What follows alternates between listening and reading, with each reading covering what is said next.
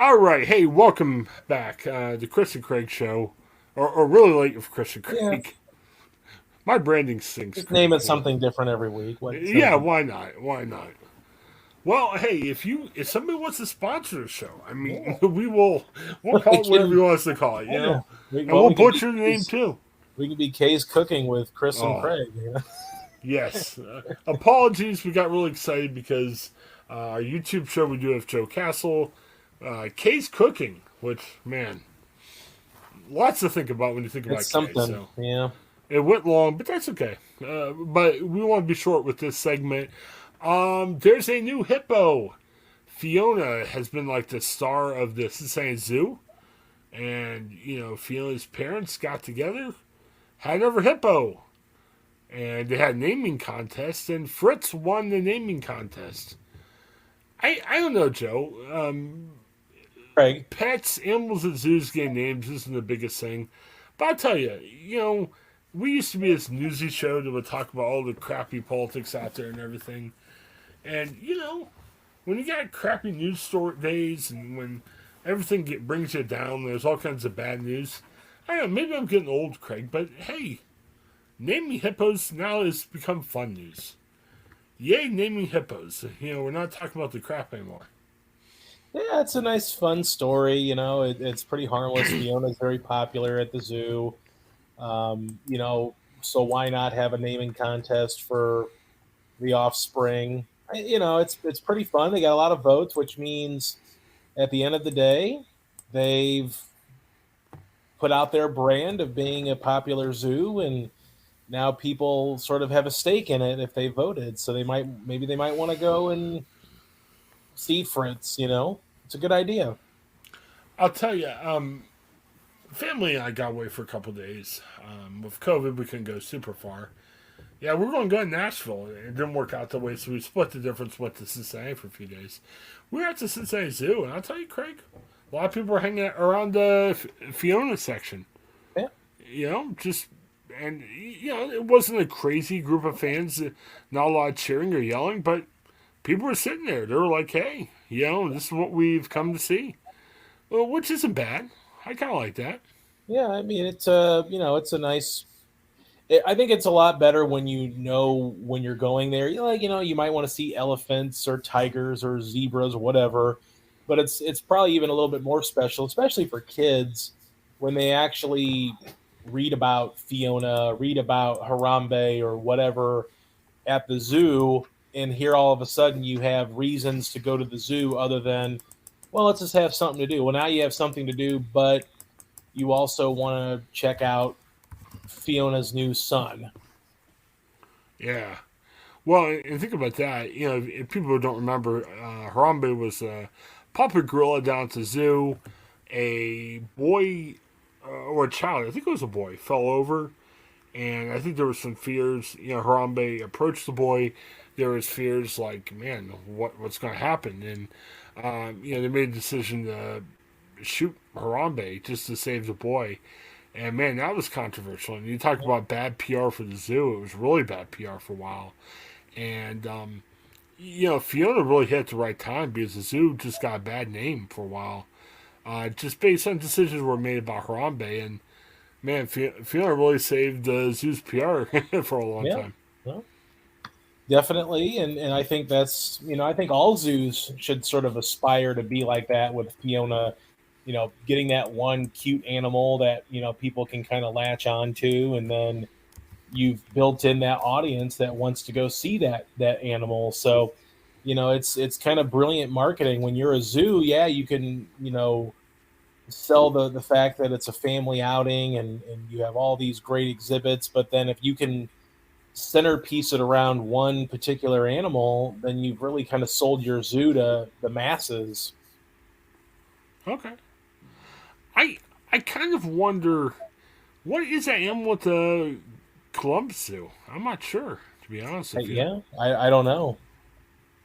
They need to And start, following in Cincinnati's footsteps there and have their own, like, hey, we've got a great giraffe. yeah, I mean, they're animals I like to see at the zoo, but I'm not sure. Well, the hippos got popular for a while.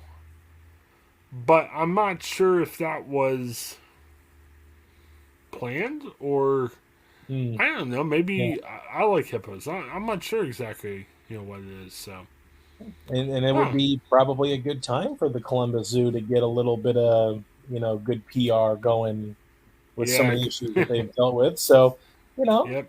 it probably would be a good idea to say, hey, we got to pick out our star of the show. Who's that going to be?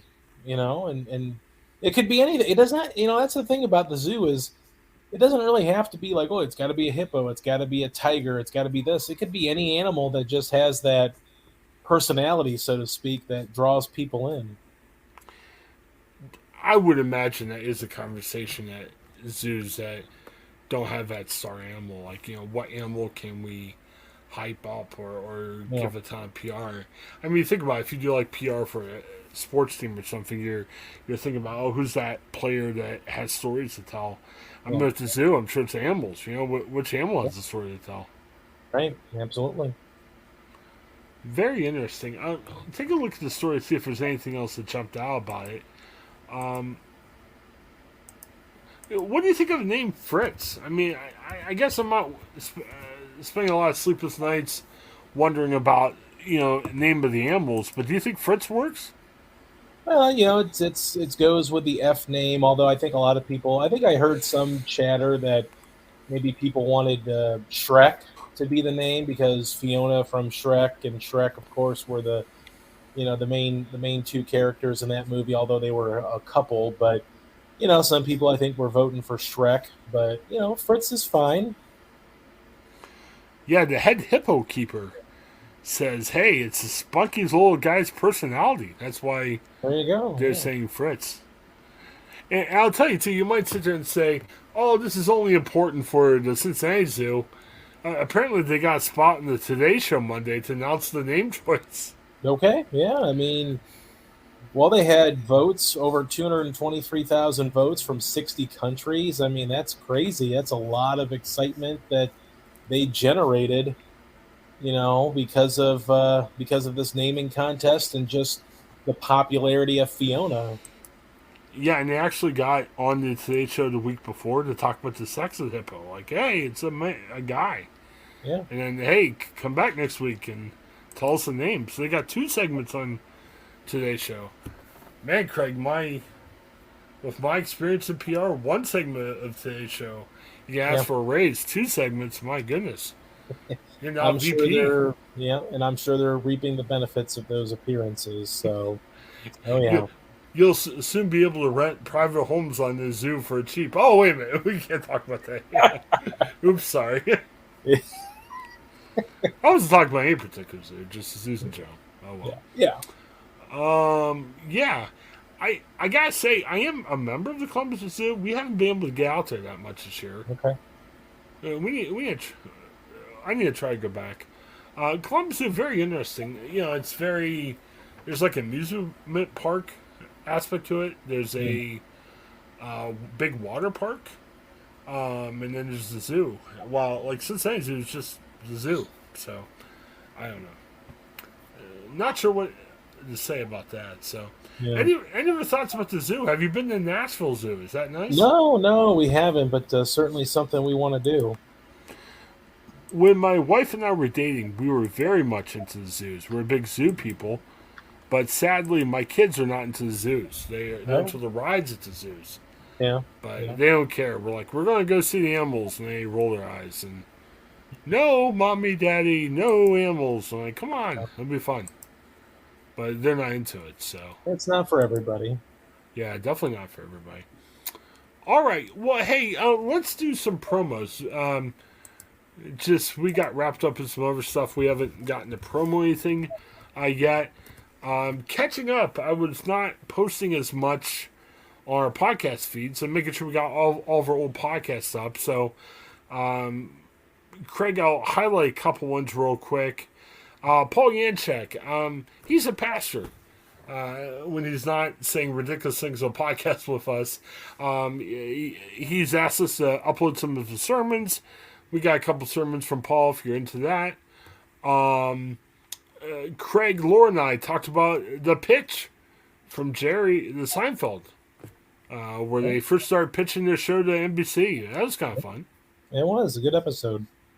I talked with Joe about HBO Max and Discovery, his thoughts about this. And Walmart Plus, Craig, breaking news. I just saw this before I came downstairs.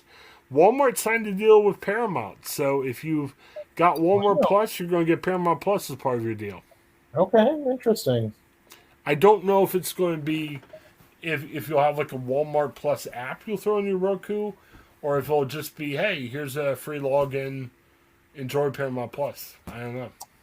That's interesting. I'm kind of wondering how that, if what that may mean for people that are Paramount Plus subscribers like myself. Yeah, I don't know. Okay. What else did we talk about? Joe and I also talked about the Reds being, the Field of Dreams game. I put the wrong headline on the story, and that's not good. It was Field of Dreams, not Hall of Fame game. I need to fix that, Craig. We also got some public news service. If you want to know some stuff about the world around you, we talked about that. We also promoted the Steelers-Seahawks preseason game with Joe and Paul. Steelers won. I don't know how much thought you need to put in preseason games. They looked okay. They play a really bad Seattle team. Yeah. That's all I can say about that. And, we'll end with Craig extra stuff he did. Craig, you talked about Bull Train and Bodies with our guy Bob Garver. Yeah. And I'm stunned. You said Bob likes both films. He did, yeah. He liked What the both. heck? He did not like Easter Sunday, though, the new comedy that, Okay. for whatever reason, came out in August, which makes no sense. But he did not like that movie. right. But yeah, he did enjoy Bullet Train and Bodies. Well, that's good. I just don't. Yeah. We gotta get Bob hating more stuff. I mean, this is weird. Bob's starting to like everything now. He's got that soft interior, that outer shell. And then we gotta figure out a way of getting George on our show before the start of football season, so George and I can make fun of each other by our teams. But George was talking to you about the Marvel Cinematic Universe last week. Yeah, we talked for quite a while about the future of Marvel Cinematic Universe. So, what's once had like a 12-year run of really planned out and detailed things, to me has kind of gone a little haywire here in the last few years with a little disjointed narrative structure and just kind of not a really clear focus on what they want to be. But we'll see what happens here as more movies and shows are expected to come out in the coming years. Okay. Yeah, and we'll figure that out. How to get George back on. We also talked, this was a little while back, but it's still out there, what the Browns should do with Kareem Hunt. There was talk about a trade request. That's kind of died down a little bit, but I'm sure it's something the Browns are still going to have to face. They got to figure out if they ever come to the conclusion on what the amended suspensions could be for Deshaun Watson. Yeah. We may never know that. Deshaun may be retired by the time we ever find out. Who knows? Seems like it. All right. And, Craig, again, let's talk offline. Dan Tierney wants to come back, and we got to figure out if we can get Dan's boss on. That could be a Tuesday night. Hey, we got to figure out the video that his boss will like. Yeah. You know, it might be an older movie. I'm kind of wondering. But maybe it'll be a fun YouTube, like Kay's cooking or maybe a Mr. Beast video. I don't know. Yeah, who knows? I'm sure we can figure it out. Maybe we should check this out sometime, Craig, even on a separate podcast. Yeah. I noticed that Mr. Beast, about 3 years ago, took his buddies to Mansfield, to the reformatory. Okay, that makes sense, yeah. There was just a reference to where they were at. It wasn't a lot of other Ohio references, but yeah, Mr. Beast was in Ohio. How about that? Okay, cool. Should be interesting. All right, anything else you want to promo? Anything coming up with George or Bob? No Bob this week, but George and I are going to get together here and talk more streaming. Okay. Yeah. Good deal. Anything in particular? No, I don't think so just yet. I think he's going to try to catch up on some things to watch, and we'll discuss. But So far, we're kind of in a wait and see because it's the end of summer and the summer movie season is really dying out a little bit. So not a lot of new releases for George to talk about, but we can always find something. All right, good deal. And let me finish up too. You guys who listen to us or know us personally know Craig and I both work for Gannett. It hasn't been an easy time for Gannett. Just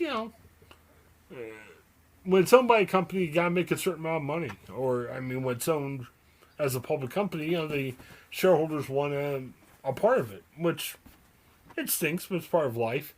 Um, you may have heard in the news there's layoffs, which is always a scary time for our coworkers. Thankfully, as of now, Craig and I both heard that we're still staying with Gannett, which is a good thing. I can't say that about some of our coworkers. It's a tough time. So, Craig, if it's Clarksville in Tennessee, if you're down that neck of the woods, or if you're up in Ohio with Cincinnati or Columbus or Akron or Fremont, wherever you live close by, please support local journalism. It's important. You may say, well, I don't like the way the current paper's going. Well, support it. If you support it, they could hire some additional reporters or other stuff like that. It's just important to support local journalism these days. We need good journalism. If it's your local government or local sports team, wherever the case might be, sometimes we don't know what we missed until it's gone. I'll put it that way. And you might say, well, some of these papers will never go away. Well, hopefully none of them will ever go away. But again, it's a business. Think of your sports team. If nobody goes to the games, they can't afford to hire people, and sometimes stuff happens like moves and everything. Newspapers, like anything else, they're a business, and if they don't make what they want to make, changes happen. So, thankfully, again, at this time, Craig and I are still employed. But again, a lot of journalists are facing potential layoffs and everything, and we just ask support local journalism. Being part of these newsrooms, every newsroom's fighting, every newsroom's trying to give everyone more content, and we ask for your support. So subscribe to your local newspaper. Anything else to add to that, Craig? No, I don't think so. All right, that'll do it for us tonight. For Craig, this is Chris. Thanks for checking out the Really Late Show. Right? Did I get the name right? You got it right. Yeah, that's fantastic. Correct. Well, let's end on a high note. Have a great night, everybody. Hi, I'm Jennifer Mooney. Welcome to what is our new Hope Interrupted podcast based on the work from our book, Hope Interrupted, that I co-authored with my good friend Byron McCauley. Hey, Jennifer, I'm looking forward to this podcast as much as I was looking forward to writing this book with you. We hope to interview some high impact folks as well as have a little fun. We're going to cover stories of hope. To learn more about our podcast and our book, please visit www.hopeinterrupted.com.